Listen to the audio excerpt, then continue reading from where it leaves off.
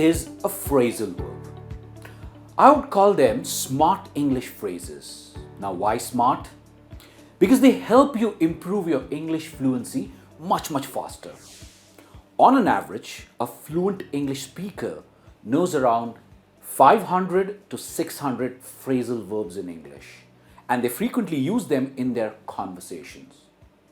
Phrasal verbs are advanced short English phrases formed by combining a verb with a preposition or an adverb. In this English lesson, I'll teach you around 10 phrasal verbs which you possibly haven't heard about, but you would love to use them in your regular conversations. Sounds great? Let's get started.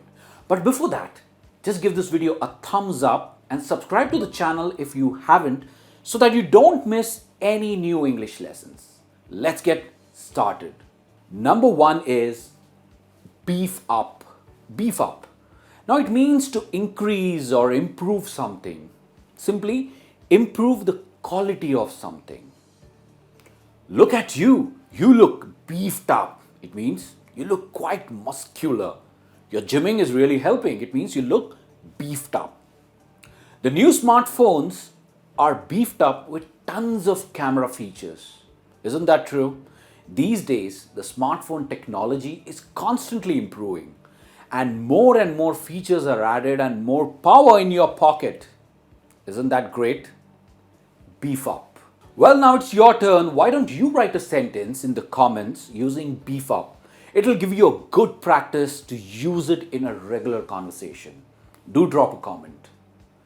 Next up we have size up. Size up. Now size up means to think carefully and then form an opinion. It means to analyze everything and then form an opinion. Size up. He sized up the situation and called the police. He possibly entered the apartment and thought something is wrong. So he made an opinion after carefully observing the apartment. I need to size up before accepting this offer. I've got a job offer, so possibly I need to go through all the clauses before I accept the offer. Size up. Now the next one is quite funny, to crow about. Now imagine there's a crow sitting near a window and making that annoying sound. Would you like it?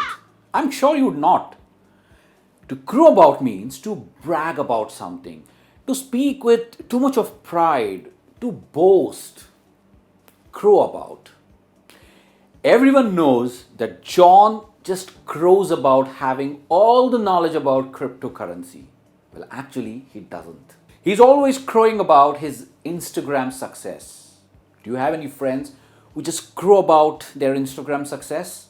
Let me know in the comments. Now, the next one is quite interesting. Rat out. Rat out. It means to inform on someone or to hand over information about a wrongdoing. Right? When someone's done something wrong, you go and inform about them. For example, I trusted you. I never thought you would rat out like this. It means I trusted my friend and I never thought that he would reveal all the details about our conversation to someone else. The news reporters ratted out the people who were involved in the drug scandal. Rat out. Bounce off.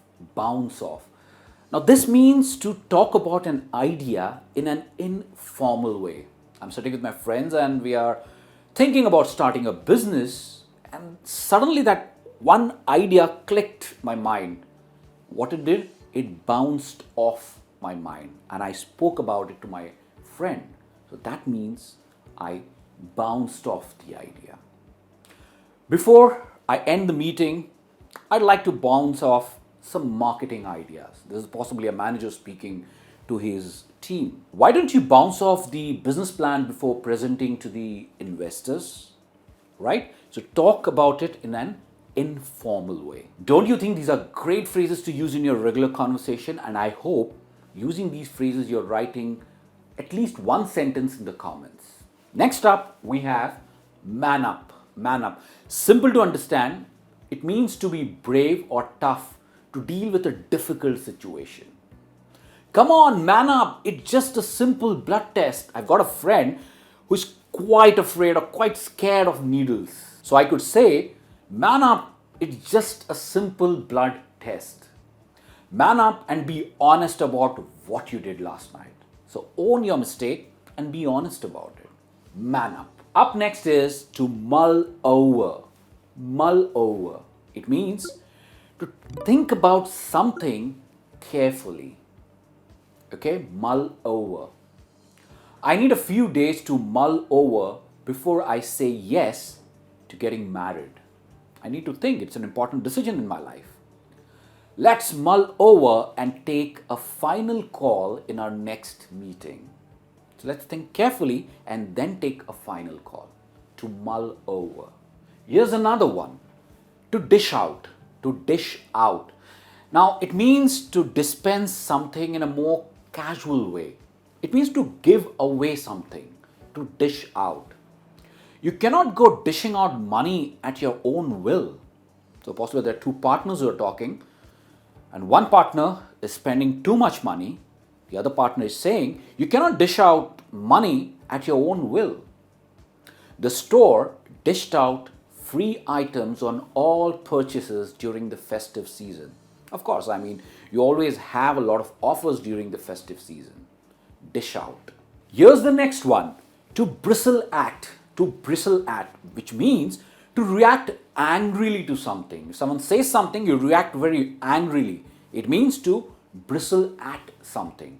When I told her the truth, she bristled at me abusively. There's one more example. You don't need to bristle at me.